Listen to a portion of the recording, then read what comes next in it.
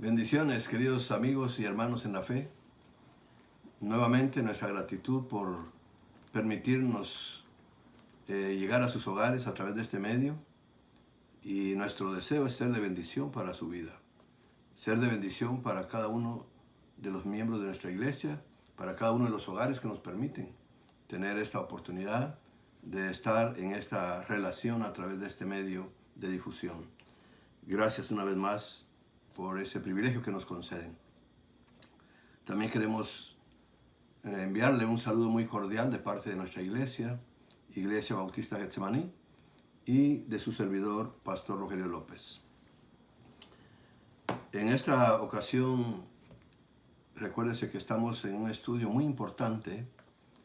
Estamos analizando lo que serán los tiempos finales, lo que va a acontecer en este mundo y con la humanidad que esté en ese tiempo.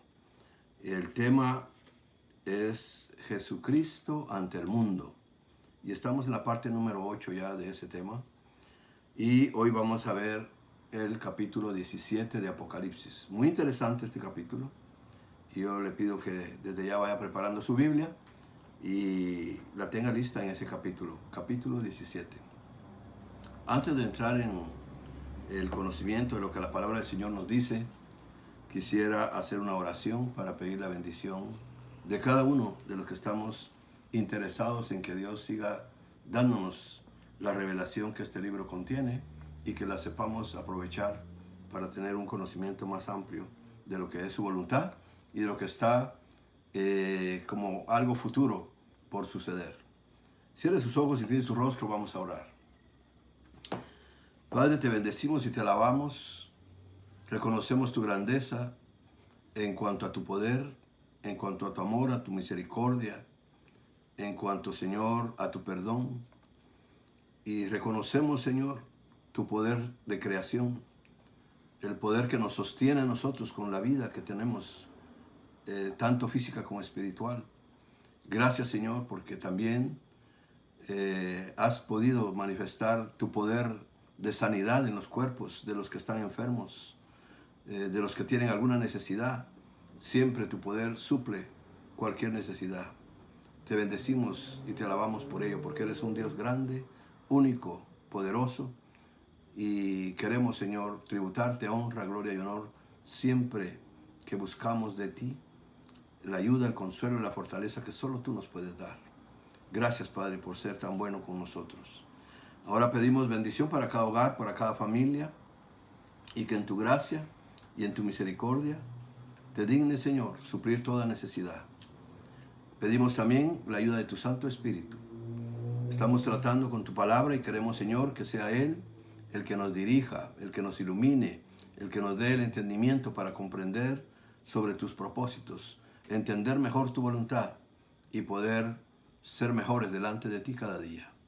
Háblanos a través de este estudio, de este momento de comunión contigo, y permite, Señor, que salgamos bendecidos y beneficiados de adquirir más conocimiento de lo que tú nos revelas en este santo libro.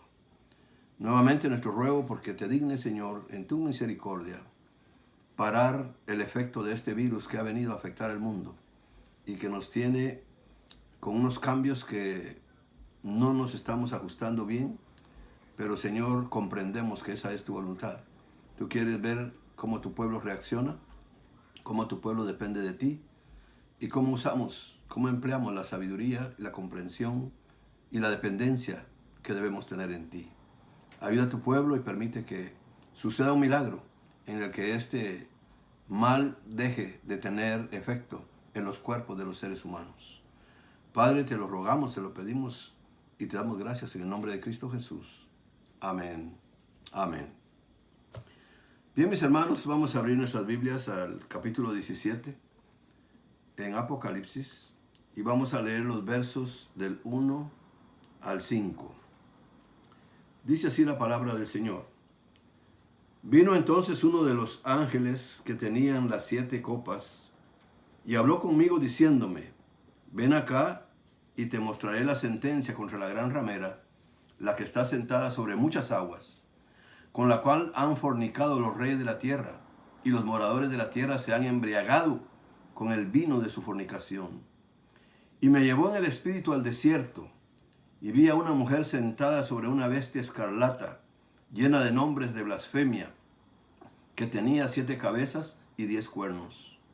Y la mujer estaba vestida de púrpura y escarlata, y adornada de oro, de piedras preciosas y de perlas. Y tenía en la mano un cáliz de oro lleno de abominaciones y de la inmundicia de su fornicación.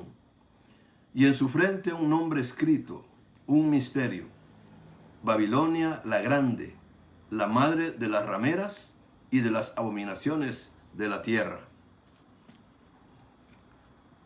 Tenemos aquí una descripción en este capítulo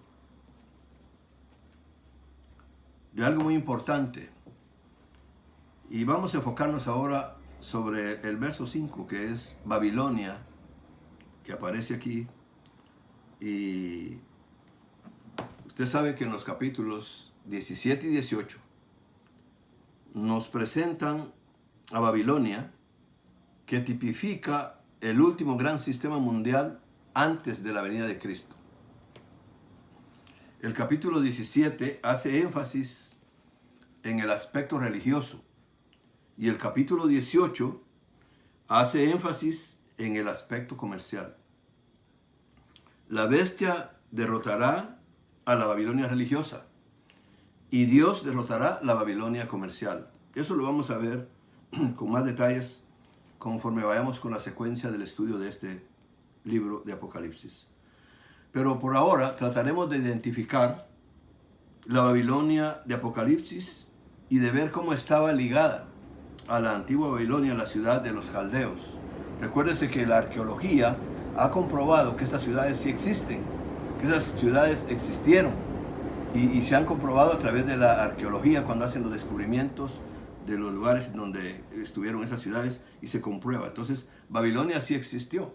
La Biblia da detalles de ella y existió. Y vamos a tratar de identificar a esa Babilonia de Apocalipsis y vamos a ver que está ligada, como dije hace un momento, a la antigua Babilonia, que era la ciudad de los caldeos. Número 1. Al retroceder hasta los comienzos de la historia, según las Sagradas Escrituras, vemos que el fundador, fíjese bien en esto, cuando usted va a la Sagrada Escritura, allá en Génesis, se va a dar cuenta que el fundador de Babel o Babilonia fue Nimrod. Él fue el dirigente apóstata del tiempo patriarcal. Sus actividades impías están descritas en el capítulo 10 de Génesis. O sea que la apostasía, recuerda esto, querido hermano, querida hermana, la apostasía existe desde hace mucho tiempo. No es nueva, no es de ahora. Que se ha desarrollado más, sí, eso sí, pero ya en esos principios, y aquí en la Biblia está la constancia de eso, pues estamos haciendo mención de eso, ¿verdad?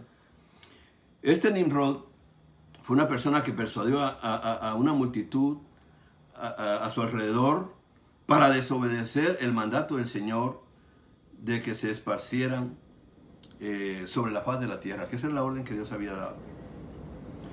Él los persuadió a que se uniesen a la edificación de una ciudad y una torre conmemorativa, elevándose a gran altura para ser reconocida como el templo o centro, por así decir, de reunión para aquellos que no anduvieron en obediencia a la palabra de Dios. Ese era el propósito y eso fue lo que él hizo. Y llamaron a la ciudad y a la torre Bab-el, que significa puerta de Dios. Pero pronto fue cambiado ese nombre y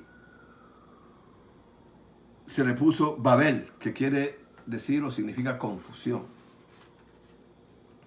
Nimrod o Nimrod Bar Kush, como se llama en los monumentos, recuérdese esto, la arqueología ha descubierto todo eso y ahí aparecen esas inscripciones con ese nombre. Era nieto de Cam, hijo de Noé. Fue el hijo que expuso de la vergüenza de su padre. Cuando Noé se serenó después de que éste lo puso en vergüenza, supo lo que su hijo había hecho y pronunció por el espíritu de profecía una maldición sobre Canaán, hijo de Cam. Y cuando usted analiza todo eso, no se debe extrañar de que Noé haya maldecido a uno de los descendientes de Cam. Porque a la luz de la Biblia usted se da cuenta que Dios ya había dado bendición a los 3 hijos de Noé. Los 3 hijos de Noé eran Sem, Cam y Jafet. Y así Noé pasó por alto a su indigno hijo y pronunció maldición sobre su nieto Canaán. Canaán engendró a Nimrod, del que estamos hablando, que es el apóstata del tiempo patriarcal. Ese es el dirigente apóstata de su generación. La historia antigua también nos dice que la mujer de Nimrod fue Semiramis. Semiramis la primera, así se identificó. Se le considera a ella la fundadora de los misterios babilónicos y la primera sumo sacerdotisa de la idolatría. Así, Babilonia vino a ser, fíjese bien, el manantial de la idolatría y la madre de todo sistema pagano del mundo. La religión misterio que allí se originó se esparció en varias formas por toda la tierra.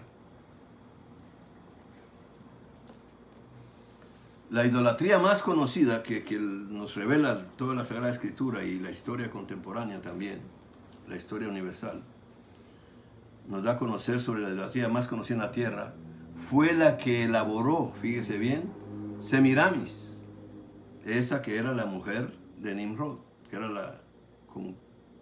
la esposa, digamos. Ella fue la que elaboró la idolatría más conocida en la tierra. Semiramis tuvo un hijo, declarando que había sido concebido de una manera milagrosa, basándose en la promesa tocante a la simiente de la mujer que se declara ya en Génesis 3:15.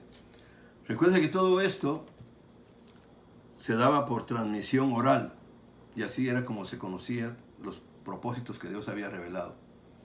Pero estas personas, esta mujer, elaboró esa clase de idolatría, basándose en esa promesa en cuanto a lo referente a la simiente de la mujer, como lo dice Génesis 3:15. Este hijo fue Tamuz, o Tamuz, cuya adoración ya en el Antiguo Testamento protestó el profeta Ezequiel. Ya Ezequiel hablaba en contra de esa clase de idolatría en los días de la cautividad de Israel, allá en el capítulo 8, versos 13 y 14.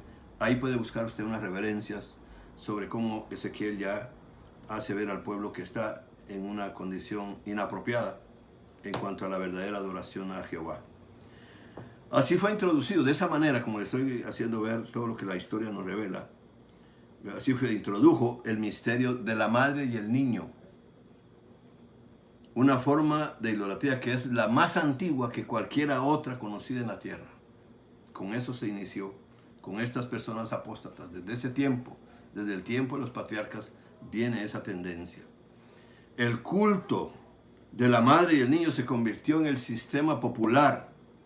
La imagen de la reina del cielo con el niño en los brazos se veía en todos los países de aquel tiempo, aunque los nombres variaban según los idiomas. Por los fenicios se llevó esta idolatría a los confines de la tierra. Acuérdense que ellos eran navegantes y ellos diseminaron toda esa idolatría por donde llegaban con sus barcos. Y ellos a esta mujer, a esta madre y el niño, la llamaban Astarot y Tamuz, la madre y el niño de los fenicios. Con otro nombre se conoció en varios países. Entonces se convirtió en Isis y Horus en Egipto, en Afrodita y Eros en Grecia, Venus y Cupido en Italia. Y llevó muchos otros nombres en otros lugares. Pero era la misma idolatría, con diferentes nombres por los idiomas. Al cabo de 1000 años de haberse diseminado esto, Babilonia llegó a ser la religión del mundo que había rechazado la revelación divina. Ellos propagaron toda esta clase de idolatría porque habían rechazado la revelación divina, la revelación de Dios ya dada al ser humano. Ahora, ligado a este misterio estaban las formas externas, lo que se practicaba. Entre ellas estaba la enseñanza que ellos ya diseminaban en esta idolatría sobre la purificación purgatoria después de la muerte.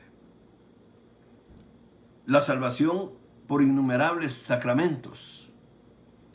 Y entre eso estaba la absolución sacerdotal, la aspersión de agua bendita, ofrenda de tortas a la reina del cielo, dedicación de vírgenes a los dioses, que era literalmente una prostitución santificada, llanto a Tamuz por 40 días antes del gran festival de Istar.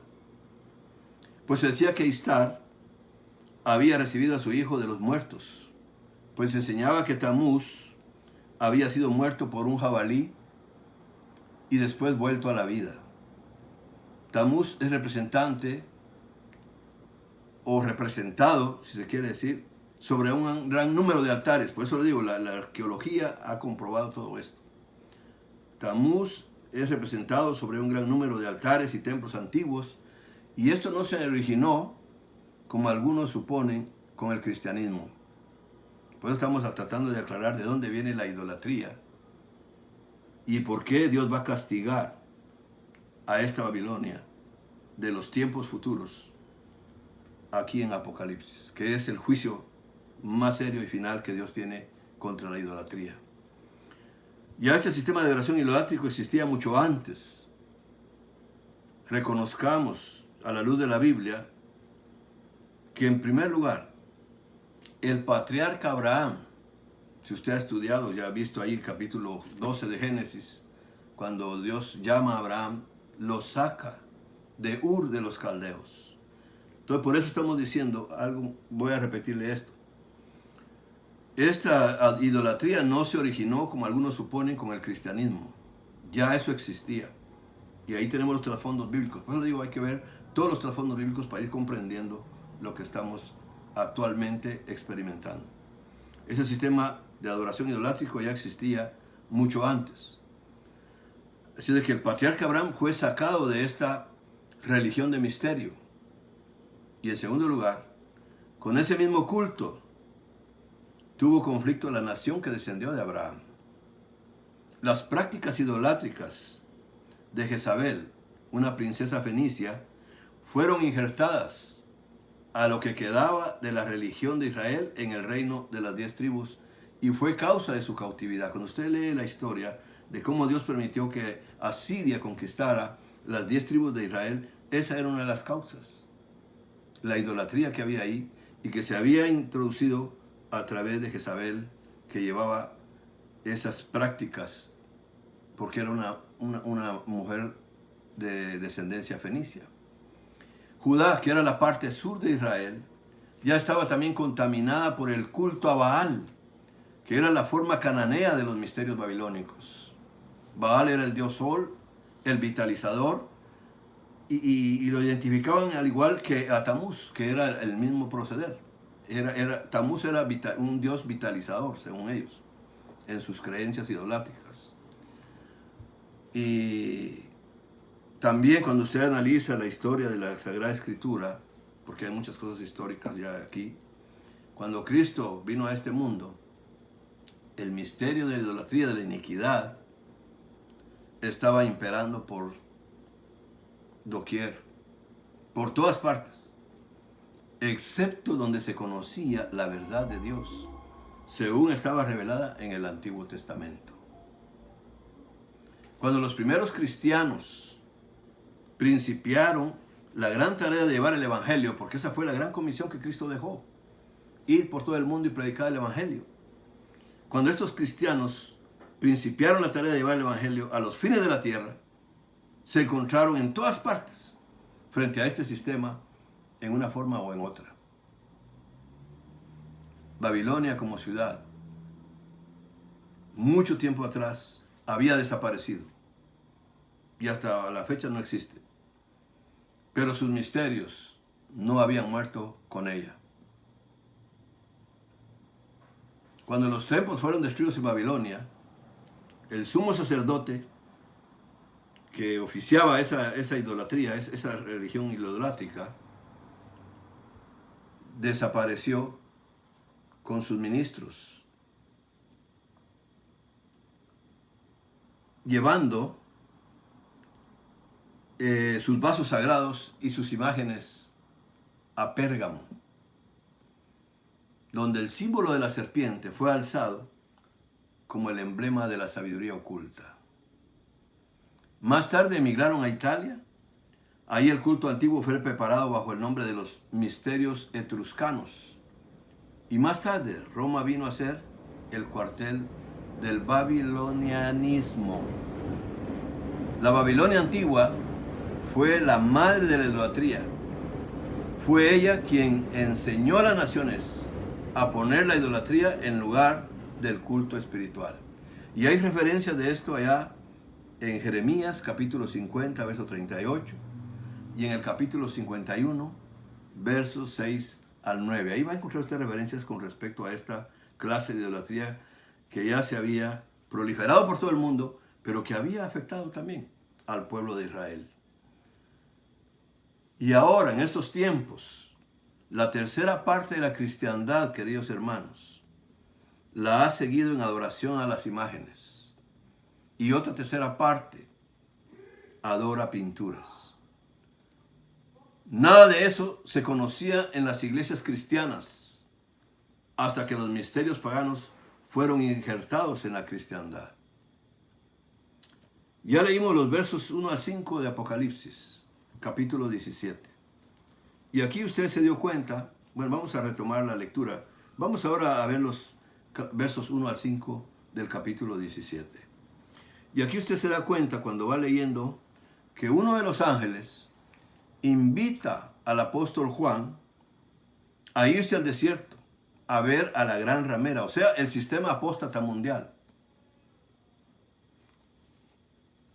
El ángel explica a Juan, al apóstol, los varios símbolos que incluye en esta descripción. Él mismo los va describiendo, y es maravilloso esto, porque la misma Biblia nos da a conocer lo que nos es conveniente saber. No nos oculta lo que debemos saber. Y si usted compara el verso 3 con el verso 9, se da cuenta que las 7 cabezas se identifican como montañas. Recordemos que Roma está situada sobre 7 colinas. Además, cuando se escribió el libro de Apocalipsis, Roma reinaba sobre los reyes de la tierra. Y eso está escribiendo aquí. Verso 10, cuando usted va al verso 10, habla de las 7 cabezas. Las 7 cabezas representan 7 reyes o reinos. Los 5 que han caído, tomen en cuenta esto, son Egipto, Asiria, Babilonia, Persia y Grecia. Y el reino que sería Roma en los días del apóstol Juan. Y el que aún no ha venido sería el reino de la bestia, que es el que está por surgir en lo futuro.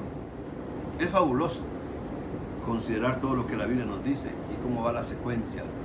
En todo el aspecto histórico también se apega a todo lo que Dios nos ha revelado en este libro. Yo espero que usted se goce de lo que estamos analizando. De una forma breve, pero lo estamos haciendo con la mejor intención de que nuestra iglesia esté bien cimentada en lo que creemos y que estemos bien cimentados en lo que es la revelación de Dios, para poderla compartir de una manera correcta, apropiada y conveniente, para que las vidas de aquellos que crean el mensaje de Dios se salven al igual que nosotros. Ahora bien, si comparamos las 7 cabezas con reyes, por supuesto, reyes romanos. Los 5 que han caído serían Julio César, Tiberio, Calígula, Claudio y Nerón.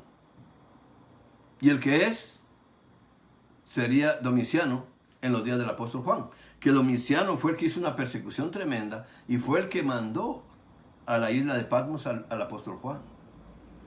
Eso está revelado en la palabra de Dios y está revelado en la historia sagrada también y en la historia universal. Él fue el que mandó al exilio al apóstol Juan. Y la bestia, el rey del imperio romano que surgirá en poco tiempo. Así que tenemos una descripción bien clara dada en las Sagradas Escrituras. Pero el verso 12 nos habla sobre el imperio romano. Es una semejanza, fíjese, cuando usted va a este capítulo, a este verso aquí, tiene que regresar a Daniel para comprender un poco. Porque es una semejanza de los 10 dedos en los pies de la imagen de Daniel allá en el capítulo 2, versos 36 al 45. En los días del apóstol Juan, estos reyes no habían recibido su poder, está reservado para los últimos días. Notemos que estos 10 reyes que nos describe aquí en este pasaje, voluntariamente respaldan a la bestia en su batalla contra Cristo y los santos. Ellos respaldan, pero voluntariamente ceden el derecho para que los gobierne, para que los dirija, para que tome el control la bestia, que es el anticristo. Y en el verso 15 de este capítulo, las aguas sobre las cuales se sienta la ramera son las naciones del mundo. Ella tendrá influencia sobre todo el mundo, político, económico y sobre todo religiosamente. 3 aspectos que va a tomar el control completo, en lo político, en lo económico y en lo religioso. Y el verso 18 nos deja claro que se trata de una ciudad que reinaba sobre los reyes de la tierra, y esa es Roma. Y acuérdense que el imperio romano va a resurgir y va a tomar el control. Y eso es lo que está por suceder. Y todo lo que está pasando ahora, queridos hermanos, está preparando el ambiente para que esto que estamos viendo aquí nosotros en este libro de Apocalipsis se lleve a cabo. Así es de que la Biblia dice que tengamos sabiduría, que comprendamos lo que Dios nos ha revelado. Y el hecho de que estemos ahora en casa, que no podamos estar saliendo, no tenemos las mismas libertades que antes, no tenemos que molestarnos, hermanos. No tenemos que estar inconformes con eso, porque ese es el propósito de Dios. Acuérdense que todo sucede porque Dios lo permite, porque todo está bajo su control. Y aún aquí en Apocalipsis usted ha visto que Dios le dice al diablo qué puede hacer y qué no puede hacer, porque el control lo tiene Él. Entonces, si estamos en esta condición nosotros, es porque Dios nos está preparando para que estemos en una condición apropiada y nos demos cuenta de cómo Él, porque es una bendición darnos cuenta de que todo lo que está sucediendo, sea provocado por el hombre, sea provocado por lo que sea provocado por Satanás mismo, Dios lo tiene bajo control. Y eso hemos aprendido de este libro, hemos aprendido de estos estudios. Dios tiene la historia ya trazada y todo lo que va a suceder. Y sucede en su tiempo. Esta pandemia va a pasar, va a tener su tiempo en que Dios la va a quitar. Mientras la iglesia debe orar mucho. Debemos de orar por que haya santificación, porque haya una adoración genuina de nuestros corazones hacia Dios, que haya una motivación correcta de lo que es brindarnos en la dependencia del Señor. Hay muchas cosas que usted y yo tenemos que aprender, y por eso Dios nos tiene así, para que estemos aprendiendo, no para que estemos perdiendo tiempo, no para que estemos renegando, no para que estemos impacientes, no para que estemos en lamentaciones, no. Ese es el propósito de Dios, pues aquí estamos, somos su pueblo, y nos vamos a regir de la manera que Él nos pide que nos rijamos, para darle la honra y darle la gloria. Así que espero que usted se goce de lo que Dios tiene programado realizar en el mundo Y acuérdense que si tenemos aflicciones, Jesucristo nos lo dijo. Porque el hecho de ser hijos de Dios, de ser pueblo de Dios, no nos exime de que tengamos aflicciones, de que tengamos que confrontar situaciones adversas, conflictivas, porque nosotros no podemos solucionar nada, solo Dios lo puede hacer. Entonces Él quiere que sepamos depender de Él y ver esos milagros, ver ese poder. Por eso en la oración decíamos que Dios es grande y es poderoso, y admiramos su grandeza por su poder. ¿Acaso Dios no tiene poder para hacer cosas que para el hombre son imposibles, pero para Él son posibles? Bien, mis hermanos, seguiremos el próximo domingo. Y gracias por el tiempo que me permitieron compartir con ustedes. Bendiciones.